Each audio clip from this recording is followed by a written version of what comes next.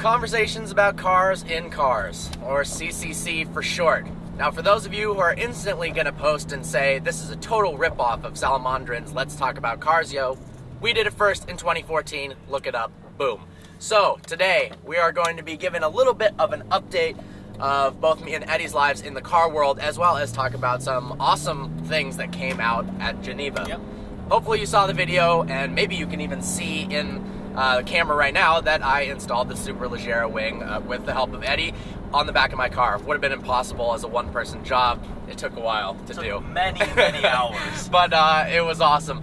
I'm sending my car off to a shop tomorrow to get the LP560 bumper installed. So really excited about that. And then in about 2 weeks or so, when the shop gets their work done, we're gonna wrap this car. Me and Eddie are figuring it out, but we're not positive yet. Another cool thing you did was these center switches on the console used to be like a plastic sleeve, and RSC sells these really nicely machined, like aluminum ones, and they feel so high quality and just improve the window. Opening the window becomes such a better tactile feeling. Absolutely. It's really cool. So, really exciting news for Eddie. What's going on? I'm looking to purchase a car. It'll probably happen in about 2 weeks-ish. Finally narrowed down to E92 M3. Driven one or two before, like it a lot, get to join the M family. It's going to be manual. It was hard to decide between manual and DCT because on the one hand, DCT shifts faster, it's like modern technology, blah, blah, blah. But then on the other hand, manual is more fun, more involved. And the way I ended up deciding was I'm probably never going to own another car that comes in a manual transmission. Again, the next car I want to get will definitely have... Don't say never, that doesn't make sense. Alright, I probably won't. What? You're never going to own one again? Well, the next cars I get are probably going to have dual clutch. I would say the next car you'll get, like a McLaren or so. But don't say never. The chances are slim. Really? Alright, fine. I'll keep the M3 forever, so I'll have a manual car. Either way, E92 M3, I'm looking at a 2011. It's got competition package, nice options, and I can't wait to get the car. Hope it happens. Soon. I'm going to be excited. Yep. And then Eddie will be making videos on that ownership experience, kind of like what I did with the M5 and what I need to do with the S-Class. So it'll be a cool thing for sure. And I'm glad that you are buying a BMW M car, because obviously I'm obsessed. It'll be fun. So, cars that are coming out. Geneva 2016 happened. I really wanted to go, but honestly, I procrastinated too much, and everything sold out so far in advance, hotel-wise. This is one thing people don't realize about these car shows. We're going to Pebble Beach next year. The day after we left Pebble Beach last year in August, everything around the area within a 30-minute radius is sold out for the next show. Yeah. So when I thought 2 months in advance that I wanted to go to Geneva, it's not that easy to do. You brought it up, like, hey, want to go to Geneva during spring break? I'm like, sure. Oh wait, never mind. It's not gonna work. Yeah, but next year I'm gonna try to make it happen. So coolest cars. Well, Lamborghini came out with the Centenario, however the hell you pronounce it. Centenario, whatever. according to Chris Singh. Yeah, it's another one of those super limited special edition vehicles in the same line of the Reventon, the Sesto Elemento, and the Veneno. Limited to 40 vehicles. It's built to celebrate Ferruccio Lamborghini's, the founder of Lamborghini, his 100th birthday, if he were still alive. And it's still based off the Aventador, and it's tuned up to 759 horsepower. 0 to 60 is supposed to happen in 2.8 seconds, so along the same lines, more performance gains, and it just looks not like an Aventador. Yeah, I don't know. Here's my issue with it. One, they already made the Veneno, so they've made a Aventador-based hypercar, super limited production. There's going to be, of the Centenario, 20 Coupes, 20 Roadsters. Yeah. There was much less of the Veneno. Yes. But I kind of wish they would have waited for whatever the Aventador successor is going to be to do another one of these. Although, I guess, timing-wise, they didn't have the option of that because it's his 100th, would-be 100th birthday. Yeah. Maybe they could have done something, a smaller hypercar based on the Huracan, but I guess they wanted to have the classic Lamborghini V12. Looks-wise, I'm not a huge fan. It's kind of a mix of the Huracan and the Aventador, but not in the best way. Too much, I think. I don't think it looks good, per se. It looks aggressive and insane, true, but I think the front's too low and narrow. Yeah, I don't know. I don't love it. It looks kind of I like the Veneno a lot better. Agreed. That was both incredibly insane Yeah. looking, and you could Yeah. say, oh, that's cool. Yeah. Some people could argue it's not pretty, but I thought it was a good looking car. Well, neither of us have $2 million, and they're all sold out, so we're not going to own one anytime Not soon. happening. Up What next, else? let's see. The new Aston Martin DB11. Okay, can talk about that. I love it so much. Aston finally refreshed their models with a new architecture, new engine. It's got a new 5.0-liter twin-turbo V12, 600 horsepower, 516 pound-feet of torque. It'll take the DB11 to 60 in less than 4 seconds, up to a top speed of 200. It is... What is that? That is a beaver or a It's a wolf? groundhog. A groundhog. Hello, groundhog. What does that mean? I don't know. Winter's over. It better be freaking over. As much as I love snow videos, I want to drive this car in the sun. Michigan weather sucks. Yeah, so keep going. It looks unbelievably gorgeous. I love it so much. And although it's going twin turbo, whatever, it still sounds good from some of the videos we've heard. And it'll be fast. And because Aston Martin is now partnering with Mercedes, the interior is way better. We've driven several Astons, and while the leather and quality is great, the electronics and technology are absolute garbage. That's what I'm most excited about for the next generation of Astons. They've always been absolutely beautiful. Yes. They haven't really had the extreme performance aspect because of the naturally aspirated platform and keeping the cost lower. Yes. They're not That was all the that point. fast, but the interiors were just, I don't know, they were the same over 10 years practically, with little tweaks here and there. Now that they can totally revamp it, I think it's going to be a big step forward. You can see, the big nice screen. They've actually got the little rotating knob from Mercedes.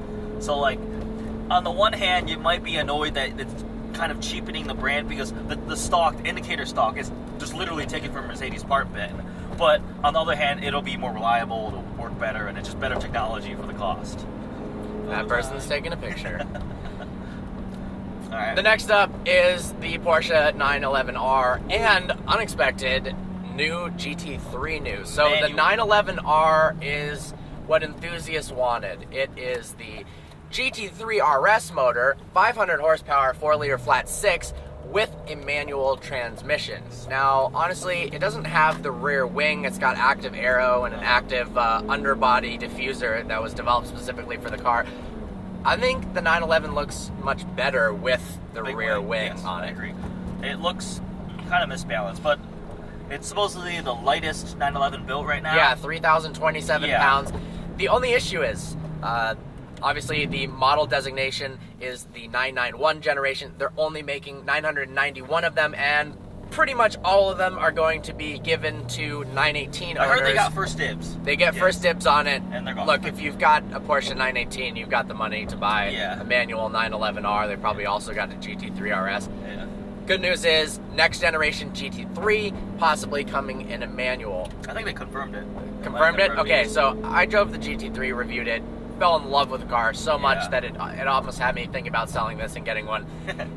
In a manual, that's nuts. Yes. That I might have to, in the next few years, get one of those. Cause I wonder how much of that decision is based off the fact that people freaked out when they didn't offer the manual in the GT3 and the GT3 RS. Oh, I bet the entire decision. Because, like, came out with PDK only, it makes sense. It's faster on the racetrack, it's just faster overall, and people just weren't happy about it. Well, yeah, I mean, a lot of their decision is based on when they have a manual transmission and a PDK transmission option, they have to crash test both different cars. So there is so much money involved in offering both transmissions that a lot of people don't realize. And if they don't sell a lot of manual cars, they are a business, then it's hard for them. But what Porsche realized was all these people were getting rid of their GT3s for a Cayman GT4 because they wanted the manual.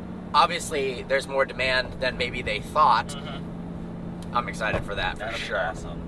Bentley. Another cool car, the Bentley. So the Bentley Mulsanne is a cool car. It's huge, luxurious, and nice. But if you felt like it was too small, now they've got the Grand Limousine, which is a full, what is it? It's 39 inches longer than the already, it was 18 feet 3 inches.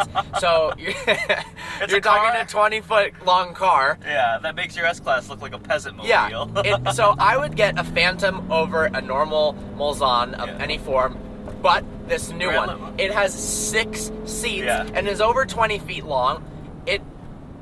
I mean, know it's the ultimate FU car. Yeah. You roll up in that, you get out, and 4 people get out of the back. Yeah. You got rear-facing seats. The air conditioning HVAC system had to be completely redesigned so that airflow would work for the people facing backwards. They based it off of an airplane cockpit. I mean, this is a private jet on wheels. The best aspect for you personally, everything is quilted leather. I'm a sucker for quilted leather, He loves that's for sure. quilted leather so much. We're looking at a lot of different cars, and like if it's not quilted leather, Parker goes, nah, I don't like it. Not quite true, but it raises the bar. They've got 4 iPad docks and chargers. It's crazy. But it'll be interesting to see that against the S-Class Pullman. The Pullman. Yeah. So this is, I mean, correct me if I'm wrong, have cars like this come out before? Not really, right? This is like a new generation of Extremely, I mean, not from the manufacturer directly. I don't. Yeah, think I mean, so. these are just limousines basically for from the manufacturer. consumers, but also not really, because no one who's going to buy one of these, I'm guessing it's going to be about $1 million, maybe even more. Yeah.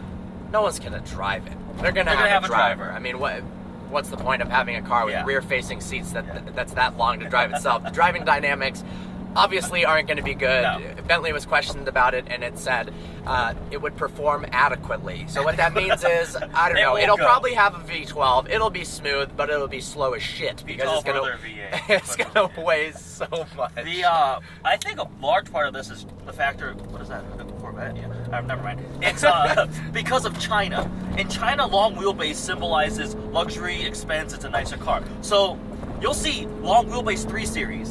The long wheelbase E-Class in China, that's a big deal because they want real legroom. There's like a long wheelbase Regal. I was in China over the summer and I saw a 328 Li or something like that. I'm like, what the hell does the L stand for? I thought it was for the 7 Series. So that's probably why. Absolutely. They even had the A8L with a rice cooker in the back for the Chinese market. That's pretty funny. I cannot imagine the taxes on a vehicle like that in China. I mean, you have to be stupid rich. Yeah. They have taxes based on how many liters the engine is, which is why Tesla is going to be pretty competitive in China. Mm-hmm. They get massive tax breaks. I mean, when the Tesla is, I don't know, a P85D, $120,000 here, it's pretty much the same in China, but every other car is twice as much money. More than that, 3 times, 4 times? Yeah, so they are just undercutting the market. I'm excited to see how that does. More people taking pictures. Hello. I think she wants you to go fast.